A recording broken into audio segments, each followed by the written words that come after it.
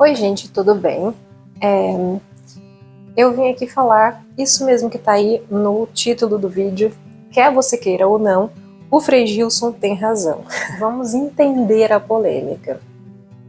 Ultimamente saiu o padre que está fazendo lives de madrugada. Eu escrevi aqui o que é que o padre disse, vou ler para você agora, e depois vamos discorrer sobre esse assunto. Essa é uma fraqueza da mulher. Ela sempre quer ter mais. Eu não me contento só em ser, em ter qualidades normais de uma mulher. Eu quero mais. Isso é a ideologia dos mundos atuais. Uma mulher que quer mais, vou usar até a palavra que vocês já escutaram muito: empoderamento. Depois ele continua aqui: o homem foi dado a ele a liderança, mas a mulher tem desejo de poder. Não é desejo de serviço, é desejo de poder, repito. A palavra empoderamento. Portanto, eu já começo a falar. A guerra dos sexos é ideologia pura e é diabólica. Sinto muito com vocês que não gostam disso, mas o padre tem razão. Vamos para a Bíblia, tá? Primeiro de tudo, eu acho que eu vou ler aqui para você duas Bíblias, gente, para falar sobre isso. Eu vou ler para vocês onde é que está escrito na Bíblia, e eu acredito que só essa parte aqui, ela já responderia muita pergunta e já derrubaria a falsa de que a submissão da mulher ao homem é ruim. Por quê? Porque este homem aqui, ele é um homem que tem temor do Senhor. A mulher vai ser submissa a esse homem aqui. Vou ler para você. O texto fica em Efésios 5, 21. Sujeitem-se uns aos outros por temor a Cristo. Sujeitem-se uns aos outros por temor a Cristo. Esposas, sujeite-se cada uma a seu marido como ao Senhor. Pois o marido é o cabeça da esposa, como Cristo é o cabeça da igreja. Ele é o salvador de seu corpo, a igreja. Assim como a igreja se sujeita a Cristo, também vocês, esposas, devem se sujeitar em tudo ao seu marido. Olha o tamanho do texto aqui para a esposa. Agora eu vou ler para você o tamanho do texto, em continuação, no mesmo lugar, para o marido. Maridos, ame cada um a sua esposa, como Cristo amou a igreja. Ele entregou a vida por ela, a fim de torná-la santa, purificando ao lavá-la com água por meio da palavra. Assim o fez para apresentá-la a si mesmo como igreja gloriosa, sem mancha, ruga ou qualquer outro defeito, mas santa e sem culpa. Da mesma forma que Cristo amou a igreja, os maridos devem amar cada um a sua esposa, como amam o próprio corpo. Pois o homem que ama a sua esposa, na verdade, ama a si mesmo. Ninguém odeia o próprio corpo, mas o alimenta e cuida dele, como Cristo cuida da igreja, e nós somos membros do seu corpo. Por isso o homem deixa pai e mãe e se une à sua mulher, e os dois se tornam um só. Esse é um grande mistério, mas ilustra a união entre Cristo e a igreja. Portanto, volto a dizer, cada homem deve amar a esposa como ama a si mesmo, e a esposa deve respeitar o marido. Gente, eu sou casada, tá? Como é que eu vou viver dentro de uma casa com alguém que eu não respeite? Vamos pra frente. Depois eu quero conversar. Agora eu só quero ler, porque eu quero que vocês saibam muito bem do que eu tô falando. Agora, Andressa, vamos falar sobre se sujeitar ao quê? Eu vou colocar aqui em algum lugar o que é submissão no dicionário. Por favor, leia. E aí, qual seria a missão do homem? O Senhor colocou, Gênesis 2,15, o Senhor colocou o homem no jardim do Éden para cuidar dele e cultivá-lo. Agora eu vou para Gênesis 18. Não é bom que o homem esteja só. Farei para ele alguém que o auxilie e lhe corresponda. Vamos lá, gente.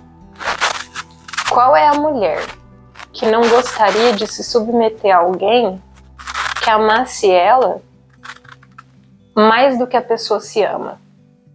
Aí vocês vão vir com aquela história de que a pessoa não se ama, ela não pode amar a outra. Realmente, por isso que o homem precisa se amar para ele poder amar a esposa. Se o homem se amasse muito e depois amasse a esposa, a gente não ia ver homens matando mulheres. Ou seja, biblicamente, se a Bíblia fosse seguida, o feminicídio já acabou aqui. Como o homem não se mata, ele não mataria a esposa. O homem que se mata é porque não se ama. Então, ele não faria isso. Antigamente, os pais escolhiam os maridos das filhas. E algumas coisas eram observadas. Por exemplo, será que esse noivo tem dotes? Será que ele tem uma casa? Será que ele trabalha? Será que ele está apto para o casamento? Será que ele tem outras mulheres por aí? Se o pai achasse que o noivo era apto, ele dava a filha dele em casamento. Por quê? O pai tem como tarefa cuidar da sua filha, prover e etc. Deus Pai faz isso, Deus terreno teria que fazer isso, e o pai, cuidando da filha até o dia do casamento, entregaria essa filha para alguém que fosse cuidar dela. Não é mesmo? Ou seja, o respeito que a mulher dá em troca faz o marido melhor. E, pasme, a mulher sábia trabalhava, tinha dinheiro, tinha bens, tinha empreendimentos. E nem por isso ela era uma carrancuda dentro de casa que não tinha respeito pelo marido dela. Porque você não vai casar com alguém que você não admira. Hoje em dia, os casamentos não funcionam. Por quê? Vou contar uma experiência própria.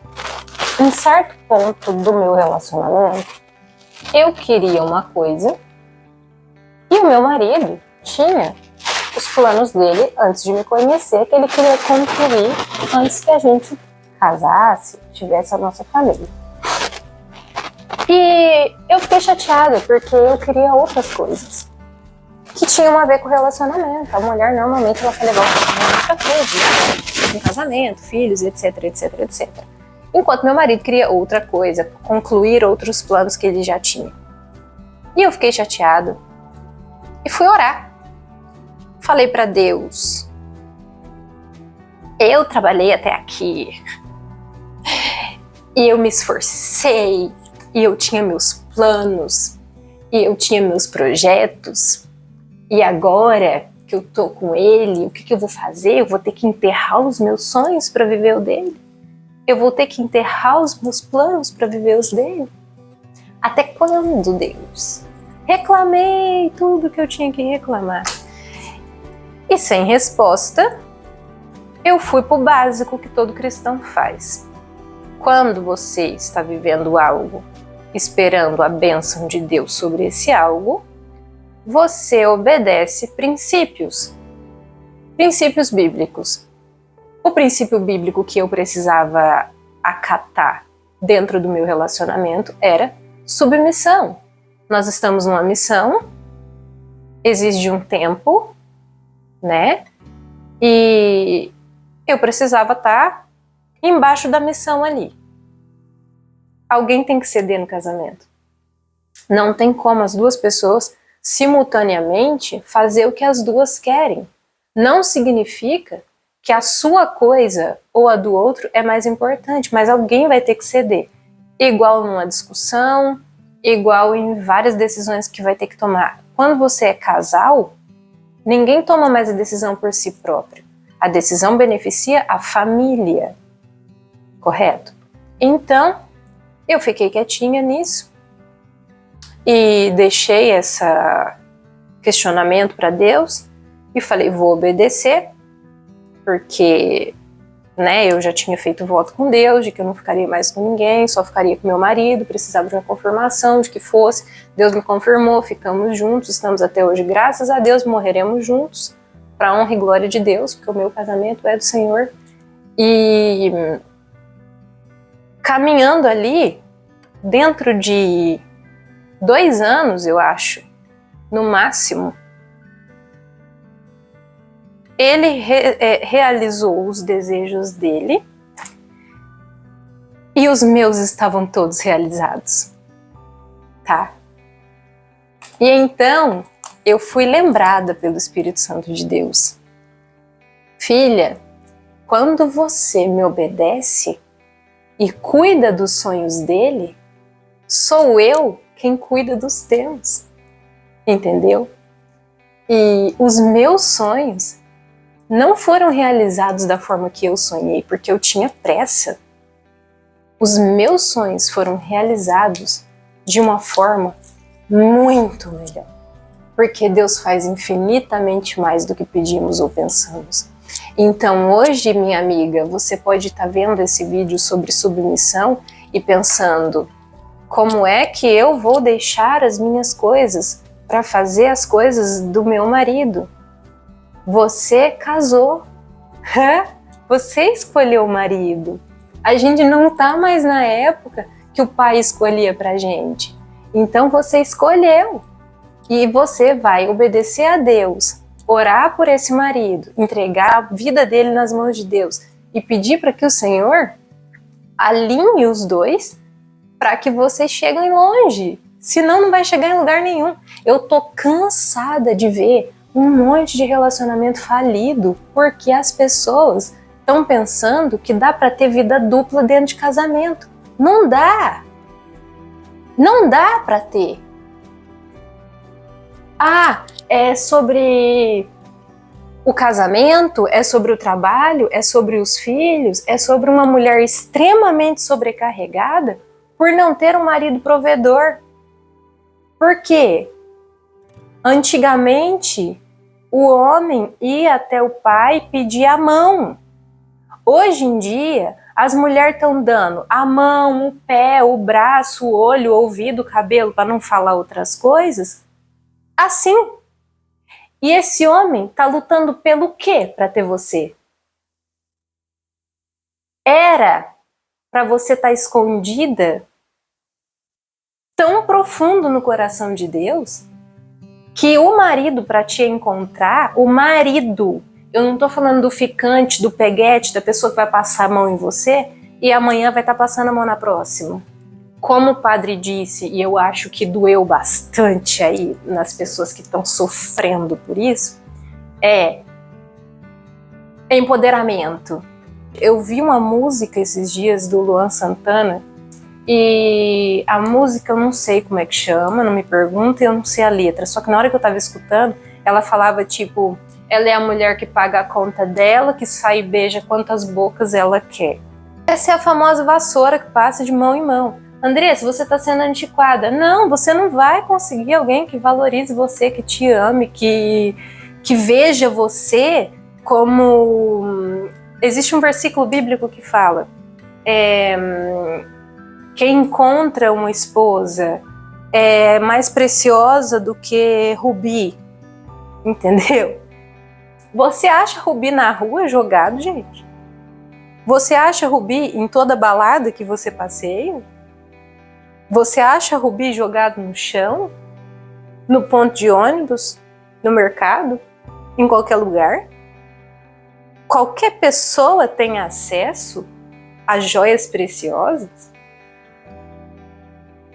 Não tem! Não tem! Não adianta querer um resultado diferente fazendo a mesma coisa. Porque eu olho em volta os relacionamentos fracassados, tanto sonho jogado no lixo, as emissoras de TV, os filmes tentando romantizar o divórcio. O divórcio, ele é quebra de princípio, ele é quebra de valor, ele é quebra de coração, ele é quebra de sonho, ele é quebra de perspectiva, ele é quebra de educação de filhos, de confiança, né? Não é romântico. Ninguém foi pro altar planejar um casamento. É um estresse, a noiva emagrece, ela fica com a cabeça só naquilo e não dorme, passa o tempo inteiro pensando naquilo. Para depois, passa um tempo e o relacionamento acaba. Ninguém casa para isso. Só que hoje em dia, o povo não tá nem casando mais. Vamos ficar junto e ver se dá certo. Não vai dar, porque se a pessoa não tem capacidade nem de te pedir em casamento, pra que ela vai fazer isso? Se ela pode ficar bem tranquila, fazendo o que ela bem entende, amanhã ou depois não tá mais bom pra mim, pega e joga fora. Ai, Andressa, esse tipo de homem que você tá falando no vídeo não existe mais. Se esse tipo de homem não existe pra você, eu sinto muito. Eu vou ter que dizer pra você que você não é o tipo de mulher para esse tipo de homem. Por mais que doa, é necessário ouvir que você não é o tipo de mulher para esse tipo de homem. Entende? Eu acho que a gente está numa época que você precisa dar uma parada para pensar se o que você está fazendo porque acredita nisso, ou você está fazendo porque a sociedade está fazendo, porque todo mundo está fazendo. Tem uma frase que eu gosto muito, que eu tenho ela salva, que a alienação é em massa, mas o despertar é particular. Tá? O que você está fazendo? Está se vendendo numa vitrine, no TikTok, no Instagram, colocando a sua cara 24 horas para as pessoas enjoarem de você, despertando likes e curiosidades de pessoas que desejam passar a mão no corpo que você expõe e não olhar minimamente dentro dos seus olhos, dentro do seu coração e valorizar o ser que existe em você. Se você não fizer isso, o outro não vai fazer. O outro não vai fazer. Eu, por fim, quero deixar um conselho de um livro que eu tentei comprá-lo com todas as minhas forças, vendo em tudo que é site, e eu não consegui, mas eu consegui ouvi-lo no Spotify. Se você tiver, você pode procurar. Ele se chama A Dama, Seu Amado e Seu Senhor. Eu vou deixar a capa dele aqui em algum lugar. E esse livro, ele é um divisor de águas. É um livro que eu acredito que toda mulher, solteira, casada, 20, 30, 40, 50 anos, precisa ler. Eu acho muito difícil uma mulher que lê esse livro e não sentir nada e não se emocionar com ele. Foi a primeira vez na minha vida que eu chorei lendo um livro, porque ele narra dores que a gente tem. Eu precisei passar por várias situações para começar a perguntar para Deus: que mulher que eu preciso ser, Senhor? Porque eu quero atrair o teu coração. Eu quero ter relacionamentos que eu não tenha vergonha de chegar na tua presença e apresentar para o Senhor o que eu vivo. Eu não quero ter relacionamentos que eu me sinta descartável. Eu não quero ter relacionamentos que me dão conforto por um tempo e depois eles acabam e te jogam como se fosse num limbo. Ai, Andressa, o coração é cigano. Meu também era. Só que a marca fica aí dentro. Isso cansa. É cansativo. é muito cansativo. É mais cansativo ainda se você for solteira, você não apreciar a sua própria presença, a sua própria companhia, sabe? Deus, Ele é um marido, Ele é um noivo, Ele é um amigo, Ele é um pai. Use as múltiplas personalidades de Deus a seu favor. Sinta carinho, sinta cuidado, abraço, aconchego. E mais, Ele não é alguém que deseja a sua dor, o seu sofrimento. Ele não é alguém que te olhe por cima. Ele olha em profundidade. Ele sabe quem você é e Ele sabe o que você precisa e Ele sabe qual vai ser o seu futuro. Tem sonhos bons para você e Ele vai colocar na tua vida, vai permitir que entre na sua vida, porque você é essa filha. É essa filha que o seu pai está escolhendo o noivo. Ele é alguém que quer que você se dê bem sentimentalmente. Um dos mandamentos bíblicos é multipliquem-se, né?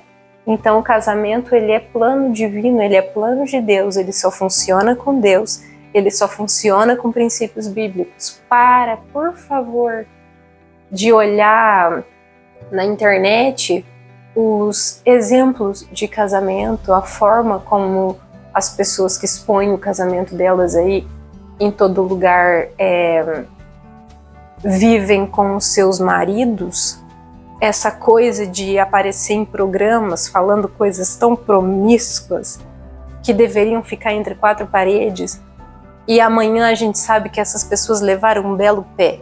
Não copiem esses exemplos. Seja a sábia, seja a prudente, seja quem Deus quer que você seja e viva o que Deus tem para você viver, tá? É isso. O Frei tem razão, tá bom? Um beijo e tchau.